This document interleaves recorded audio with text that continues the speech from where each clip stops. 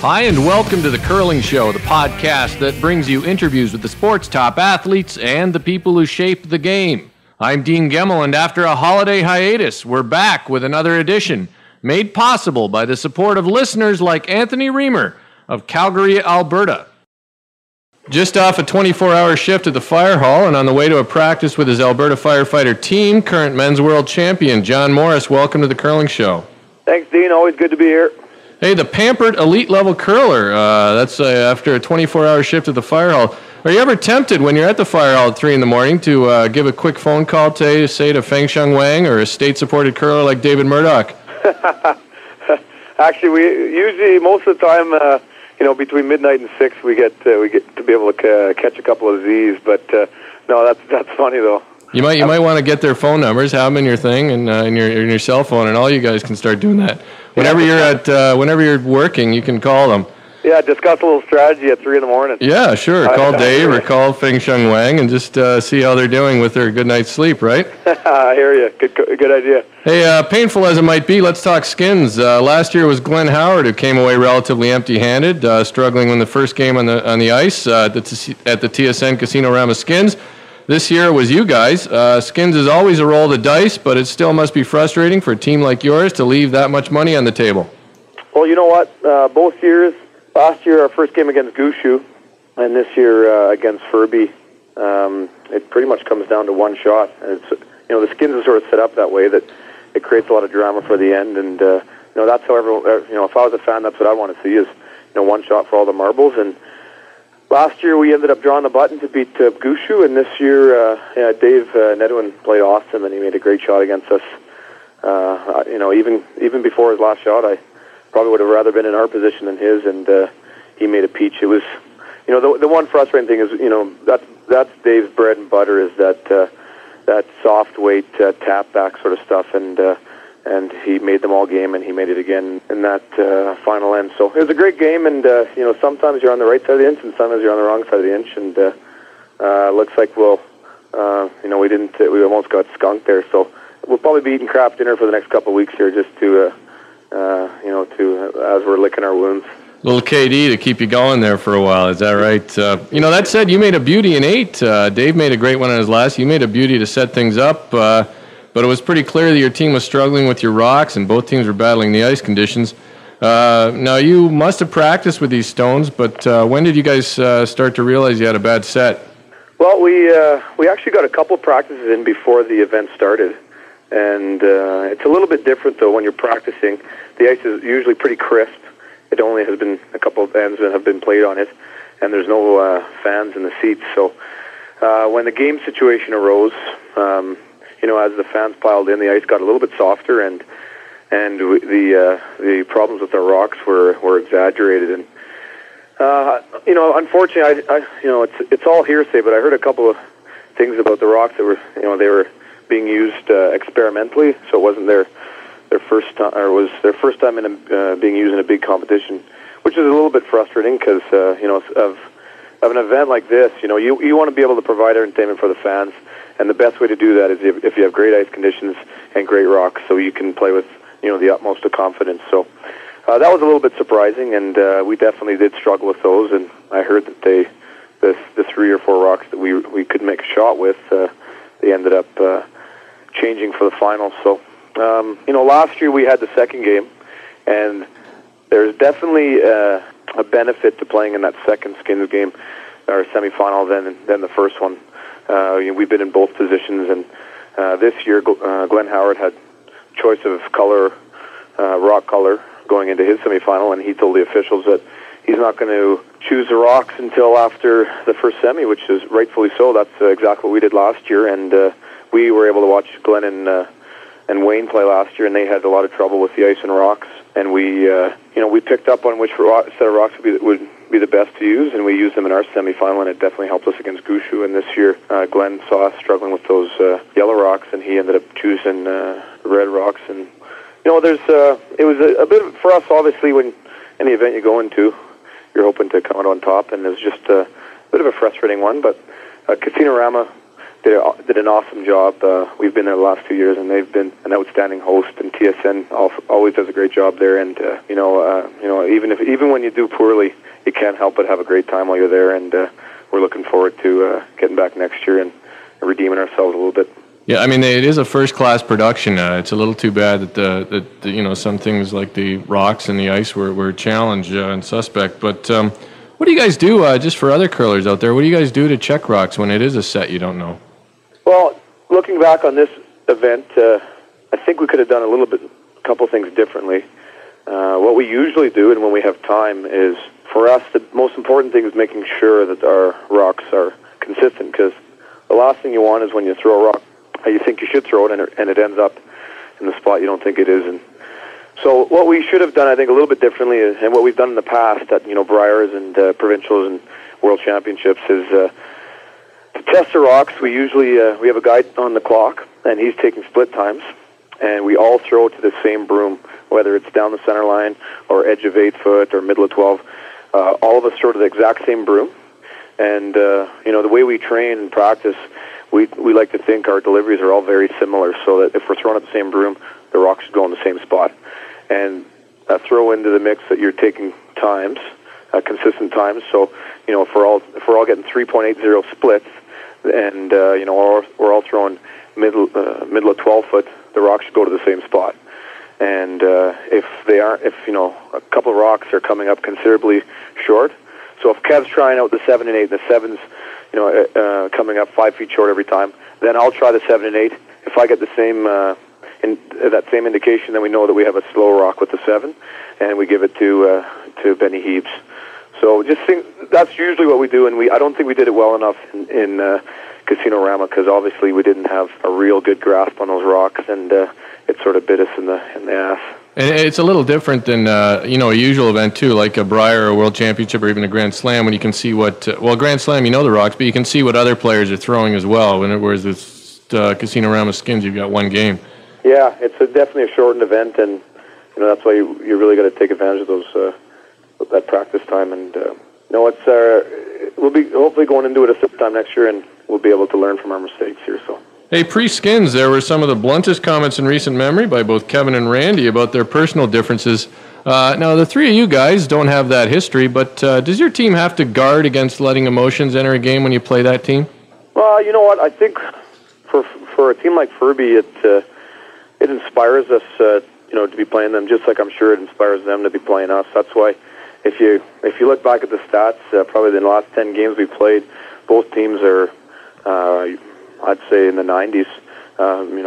Besides that last Skins game, but we seem to always get fired up for each other, and we know Kevin's going to be fired up when he's playing Randy, and vice versa. So we know that we have to come to play, and I don't think it's detrimental at all. It's definitely, I think, good for fans, because they get to watch a good rivalry, and both teams are usually firing on all 4 cylinders. So it makes for a good game. Oh, it's a great rivalry, and I was happy to see them air their differences so openly. I think it's good for the game when we have rivalries like that. Hey, let's retreat for a moment to 2008 and this year's Continental Cup. People know my feelings about this event. I've never been a big fan of it, but I'm willing to eat my words a bit and admit that I thought this year's event had some genuinely compelling moments. I thought Kevin Cooey's last Skins game against Dave Murdoch was good. Craig Brown's team covering the pinhole twice to beat Team China. And somehow I think you and Blake and the rest of your outfit managed to inject some excitement into mixed skins, which fascinated me. But anyways, I know every player talks about how much they love this event. What did you take away from it? Well, all in all, I think it was a great event. We had a really good experience there this year. Camrose did a great job as hosting it. We had some good crowds there, and all the fans were really supportive of everything. And I'd never really gotten too into the Continental Cup, because we've never played in it before, and I've caught it on TV, but never really knew what it was all about. And it was a really, really cool event. Just the uniqueness of the events really kept you into it, and being able to be teammates with a lot of guys that you're usually rivals with was also an interesting feeling. We're good friends with the Cooey team and now the Brown team. But when you're playing against them, you're always out there for blood, and it was just an interesting experience being able to have 5 other teams on your side, and when you're out there throwing and you got your teammates cheering you on, it's a pretty cool feeling. So all in all, it was a really good event. Unfortunately, there was some circumstances there that arose that I'm sure everyone. Yeah, let's touch on those real quick. The big problem, I guess, was the illegal rosters submitted by Russ Howard and Jim Waite. I didn't really like the resolution of it. As much as I thought your mixed skins win was exciting, I would have rather seen the points pulled from that and then had a real game instead of the exhibition they sent Kevin Martin and Jennifer Jones all out to play. What did you think about how they resolved the problem? Yeah, I think you hit the nail on the head there, Dean. It was an honest mistake that was made, and I feel for Jimmy and Russ because they did a great job all week, and it was just unfortunate that this situation arose. But I think there could have been a better solution because most people know out there, this event, we're not playing for millions in this event. It's if you win it or lose it, it's a matter of a couple of Christmas gifts, difference. So the solution that I think came from it, I don't think was in the best interest of the event. I know that as TSN and as a fan, it would have been nice to see. Everyone was looking forward to that Jennifer Jones and Kevin Martin teaming up, and for there to be a lot on the line for that game because, when would you ever see a chance to see those two team up against, a great mixed team from the world, right? So I think, as you said, everyone was looking forward to that game, and there was an honest mistake that was made, and it was definitely North America's fault.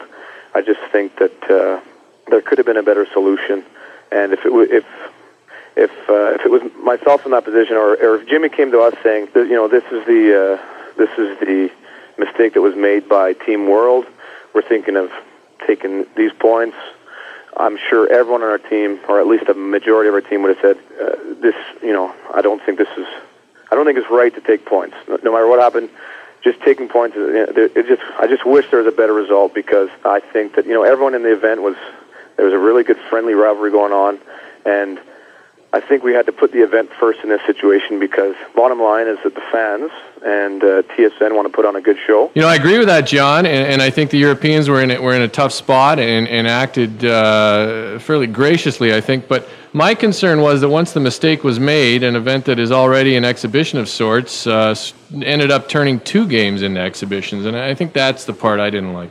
Yeah, that definitely was unfortunate, and you have to feel for Pal and Pea. I know them both very well, and they're 2 real good guys, and I think it was just an unfortunate position that they were put in. I know if I was coaching, I wouldn't want to be put in that position that they were. So, all in all, I just going back to what we said earlier, it just would have been nice if we came to a more, I think, sensible resolution. I think I've been in a couple events over my life where something arises of this nature. And I remember the first junior I was in, we had 4 teams that were tied at 9-3 for first place, and the result that the officials decided was just mind-boggling. And I just think sometimes you have to take the time out to sit down and come up with a really sensible solution, even if it takes a couple more minutes or hours than it should. Bottom line is that you need to come up with a good result here, and I just don't think that was done in this case. I think you make a good point there. The real key might be talking to competitors. Well, I don't. As long as you get equal participation from who's ever involved in the decision, then I think that's a great idea, right? You get the head official involved, you get the event, someone from TSN involved. You get someone from the CCA involved, and you get two of the players, and then you sit down and you come up with something that everyone is happy with. Because I think too many times it's the head official has a lot of pressure on them to make a quick decision, and it's not all angles might not be looked at, and sometimes the decision that's made is not in the best interest of everyone. Well, good points there. Like I said, I do have to admit that I enjoyed the Continental Cup more than I have in the past. Still not sold on the event completely, but it was much better. It looks like, unfortunately, it might be the last one, but we'll see. Just one more thing to add to that. The one The one game that we really found interesting, and it's garnered a little bit more attention, is that the mixed doubles. And I'd never played it before, but Marlies and I had a chance to play, and we had a hoot playing it. And not only did we have a great time, like I think it's something that the WCF was saying that as long as you get it into 4 World Championships, it's a possibility of becoming an Olympic sport. And I know that some people think it's a bit of a mockery, but we played it, and I find it's a very physical sport. I sweat. I definitely worked harder in that game than I did in any other game I've ever been in, because you're up, you're sweeping almost every rock, and it does take a bit of skill to be able to throw and then pop right up again to sweep. And as much as some people frown upon it, I think it's a great event, and I'd love to see it become a little bit more popular worldwide, and potentially make the Olympics one day. It's interesting that so many top players who play it really do enjoy it. I think you hit the nail on the head there yourself with the thought that what strikes fans is so strange, especially Canadians, is seeing someone chase a rock. That's considered sort of the Bush League club curler thing. If we could get past that, perception might help. And I think what you talk about, for a guy like you who's really committed to fitness, it certainly is an advantage to be a fitter curler in that event, isn't it? Well, it adds, I think, another element, which is, it definitely adds the fitness element in there, and you can't really get away with not being able to be able to sweep your rocks quickly. So it just adds a couple of new, interesting elements to the game that I really enjoyed, and just having that skill to be able to, you almost have to call line while you're sweeping too, which is definitely something new. So I just, it was very entertaining, and I found that it, you worked very hard, and it added that element of fitness, and I hope that, that in the future they might make this a possible Olympic event. Hey, talking about fitness for a moment, you're the poster boy for this year's Tim Hortons Brier in Calgary. I think it's a great photo. Got you lifting 2 curling rocks as if you're doing a dumbbell curl there. You are committed to fitness and curling, and but I think look back for a moment, when you reached the Brier final in 2002, did you ever think fitness would become as important to you when it comes to your curling performance?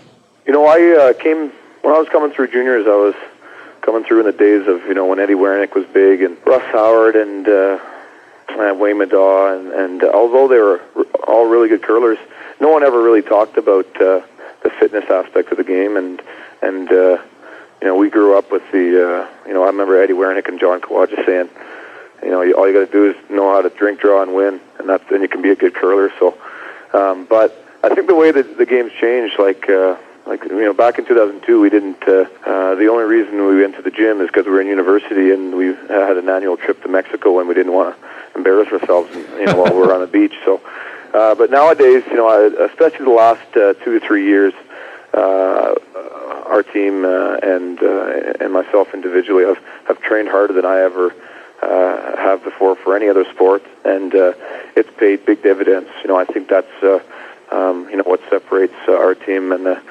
from the 5th or 6th team out there on tour, is just that physical aspect and that the fitness training. So I can't say enough about it. It's it sometimes it took a little bit of time to get used to and to really develop the right program, but it's paid big dividends, and it's something that as long as I'm curling competitively, it's something that the team I'll be on and myself will take seriously, because it puts there's so much involved in curling these days for it to become an elite team, that any extra edge you can get, you got to take, and this is one that we've taken, and I find that it's paying some huge dividends. And I know you guys, you and some other of the top players were at a camp this summer in Whistler for other Olympic hopefuls from all kinds of sports, and how did you guys stack up fitness-wise? Actually, it's funny you asked that. Langer and Saville and I, and then I think all the Jones team went out, and we had this amazing race with us and all the other sports competitors, and it was awesome. It was about a 5-hour event, and you could do it. You could sort of participate however you wanted to. You could walk it if you wanted, or you could run most of the time, and it was great to see.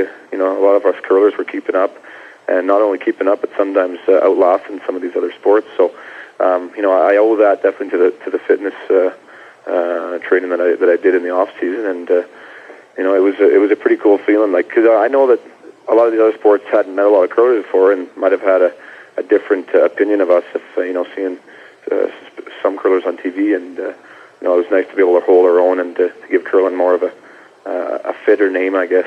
Good to hear that. I'm sure like I said, I'm sure the other athletes were a bit surprised, like you said, because nobody expects curlers to be the fittest people out there. But if you look on the ice at big events now, you just don't see guys or men or women who are out of shape anymore.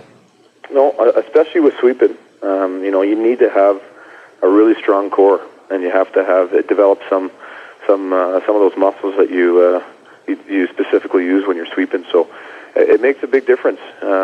I think for Benny and Mark out there, they're as good as it gets as far as sweeping, and it helps a lot that we've developed a lot of core and a lot of cardio, and I'm sure guys like Langer and Salvo put some time into that, and you see a lot of women's teams now that are putting time. I know Bronwyn Saunders and Chelsea Bell on Clybering's team work hard fitness training, and same with Cheryl Bernard's team and Jennifer Jones' team out there, and I was surprised to see how strong Marlies was and the front end on their team. So wait, I do have to qualify myself. I just realized I did say you don't see any players. With all due respect to the Ferb, I got to say he's not the paradigm of fitness.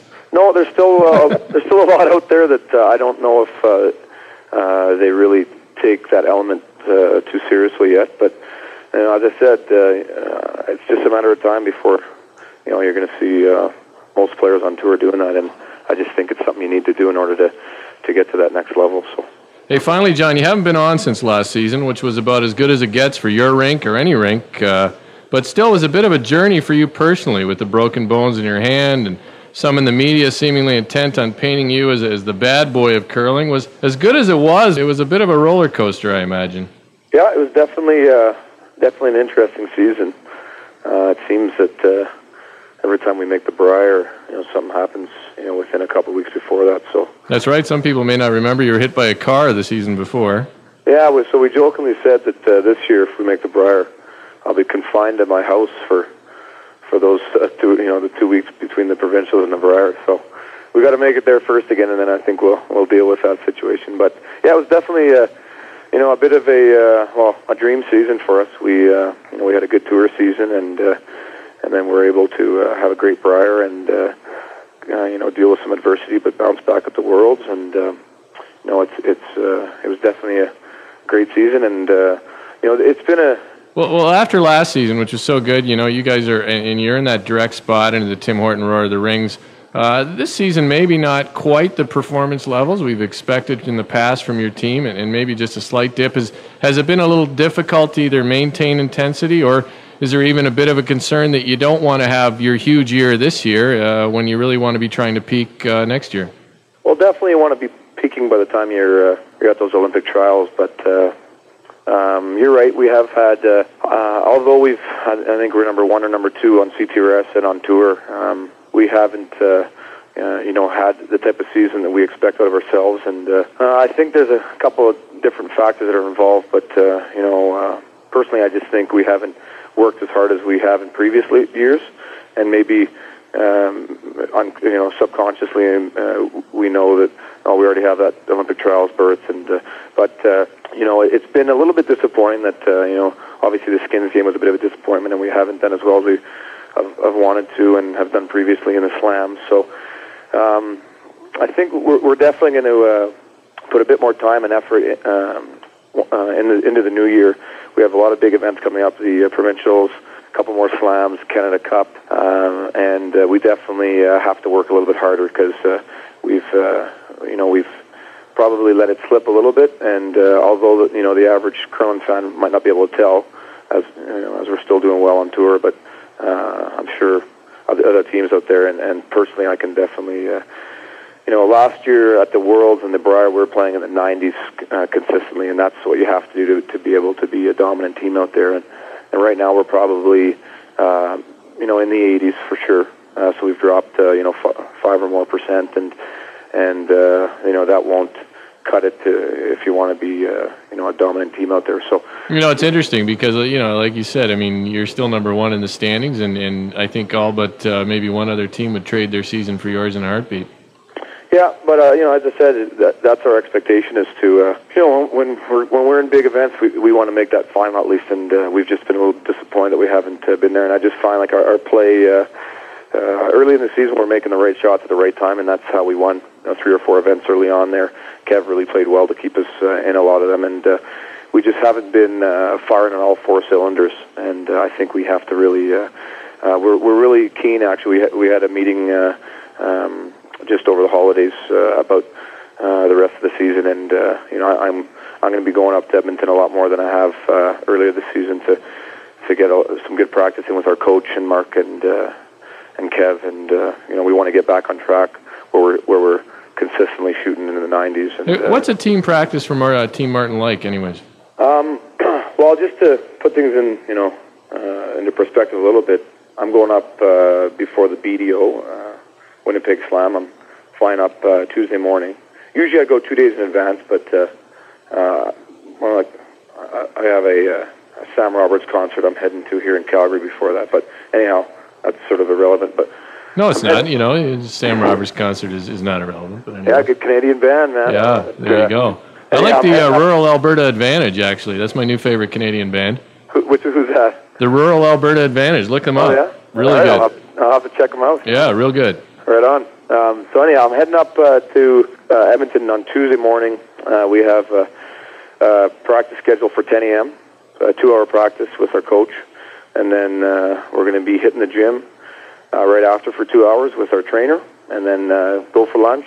Come back, and we have another 2-hour practice planned for the afternoon. So all in all, it's 6 hours of training. And, that's for a day when we only have 1 day together up there. Usually when we have 2 days, we spread that out a bit more. We'd probably go 8 hours over 2 days. But, we're just, that's pretty much a typical, before big events, we like to go up and train with Jules and Mark and Kev. And there's a lot of drills we do. I don't want to, let out all our secrets here. Sure. It's funny though. I remember last year at the Players Championship in Newfoundland, the last Capital One Grand Slam. I watched your team practice on the ice with some other teams, and it was with Jules on the ice. It was a more organized, disciplined practice maybe than the other teams. I'm not saying it was better. It was just different. Well, it always adds we don't bring Jules to a heck of a lot of events, but it always adds a new element when we do. He's our practices definitely are more structured, and rather than Kev holding the broom, Jules holds the broom, and we all 4 of us get to throw. And one of the things we really like to look at and really strive to accomplish is having all 4 of our deliveries very consistent. So we'll take the same ice and try to throw draw weight in certain spots, and we'll watch all of our 4 rocks the whole way down, and they should be in the same spot the entire way down the ice, right?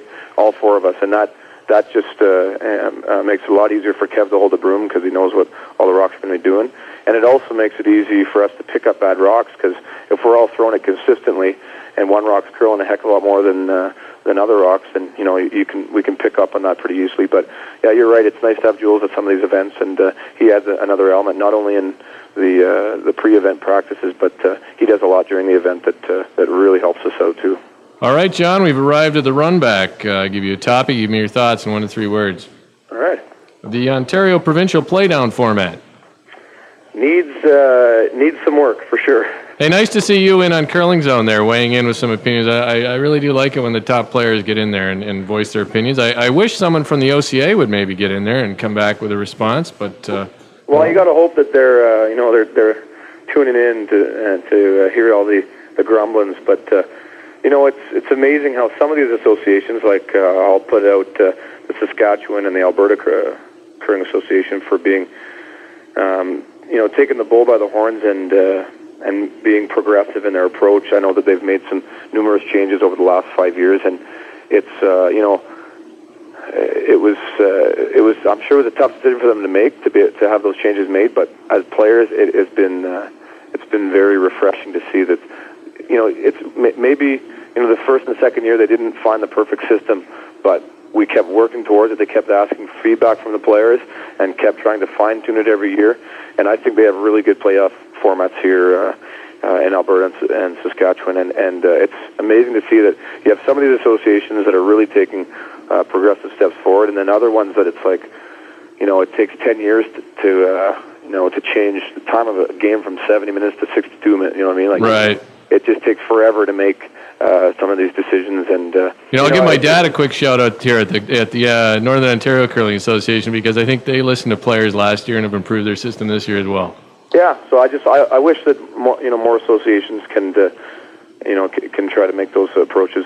Change is definitely welcome and I think necessary in some of these areas, and hopefully they follow the steps of some of these associations out here. Yeah, I think the key is to keep changing. What about the U.S. Curling Association playdown format?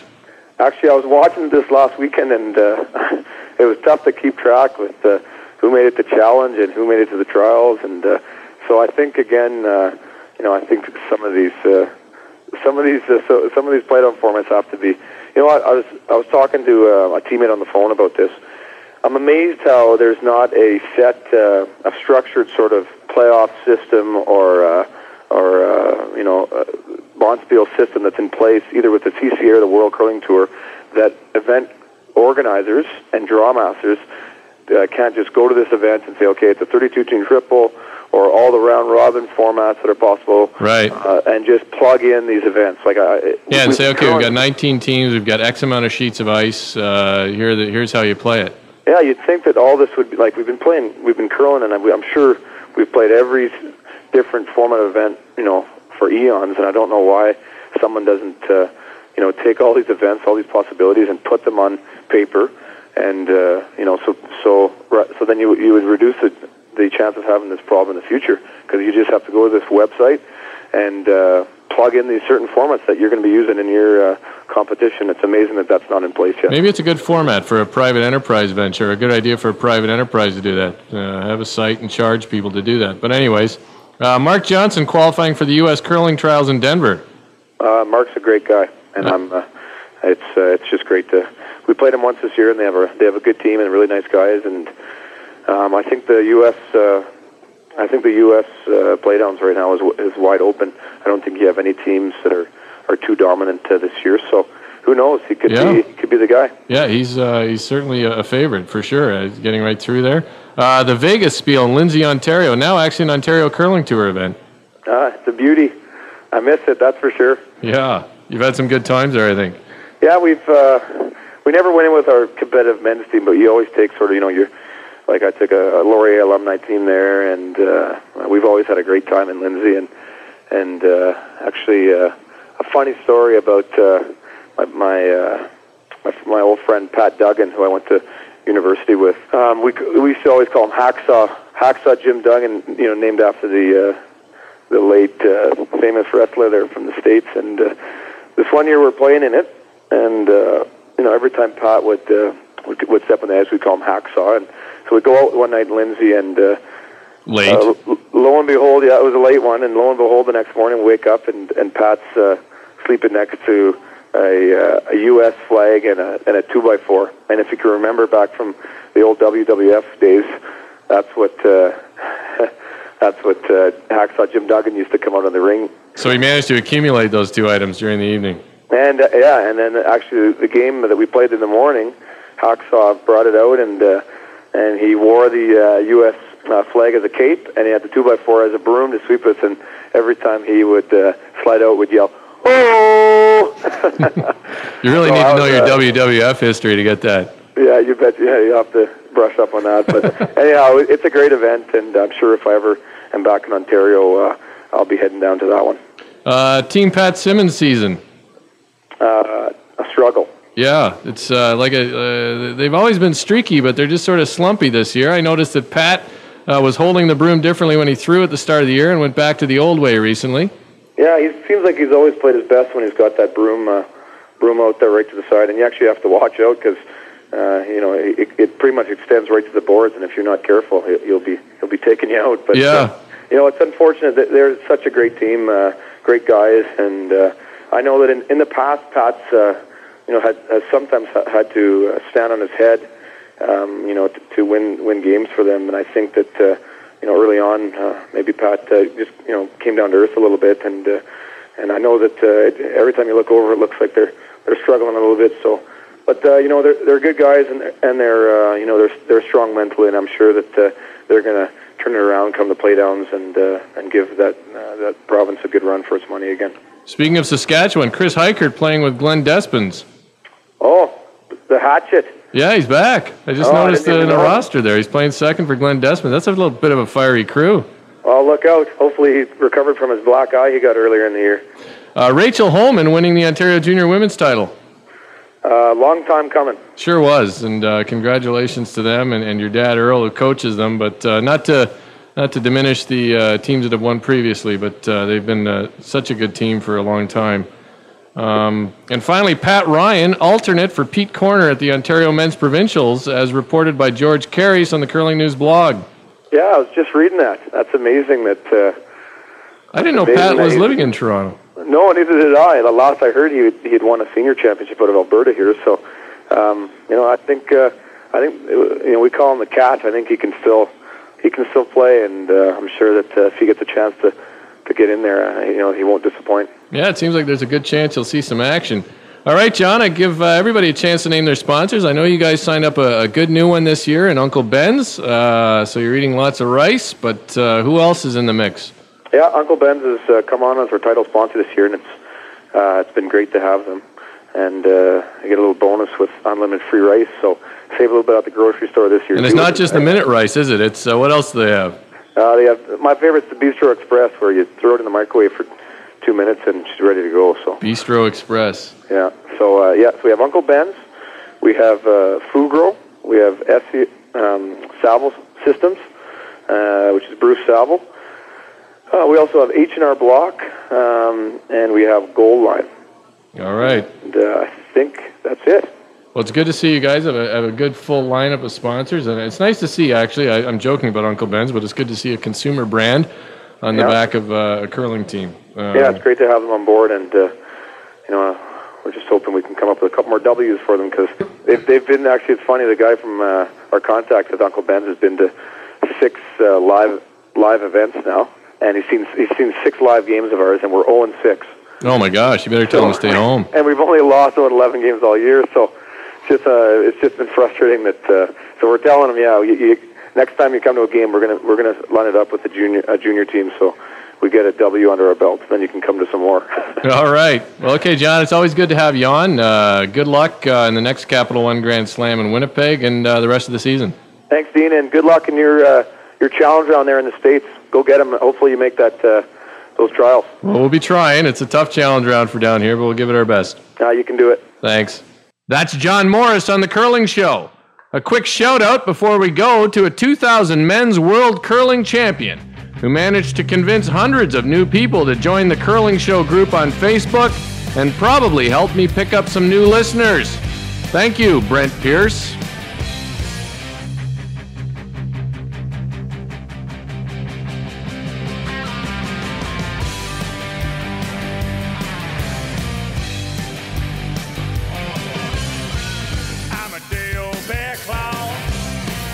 Left out all night. I'm hot as a rock.